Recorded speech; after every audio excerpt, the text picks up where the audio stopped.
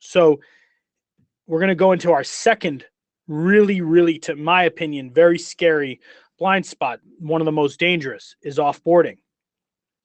We have looked inside of BetterCloud, polled the BetterCloud employees, and we see that about 10% of our employees, maybe even a little bit more, have access to their former employer's data. Think about that. That's probably pretty representative of the whole.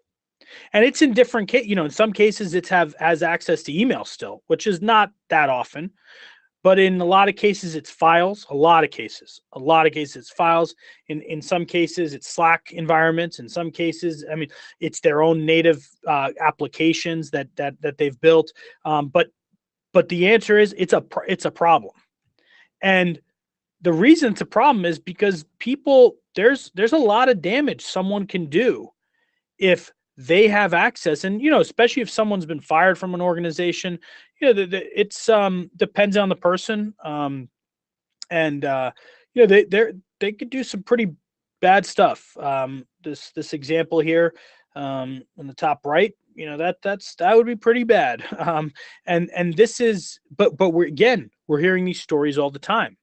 We've seen some stories of people years later in an environment, and someone identifies that and sees that because something happens.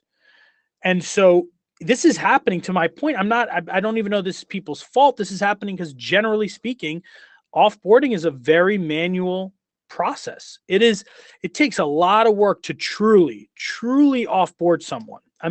What we see people doing is logging in to that user's account, essentially getting access to that user's account after they're gone, and having to do work inside the account and move the mail, and then do this with their files and delete these calendar things, and then wipe the device.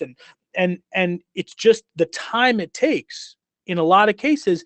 If something is going on, we've seen this. I'm sure everyone here on this webinar and in our company has seen this, where you let someone go, and it's a Friday at 8 p.m. and something happened, you let them go.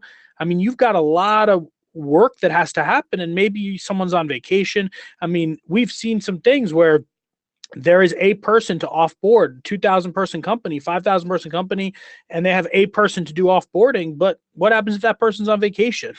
What happens if that person is sick? What happens if that person just isn't there at that exact moment? So there's a lot of challenges here with offboarding, and some of the very specific stories that we have.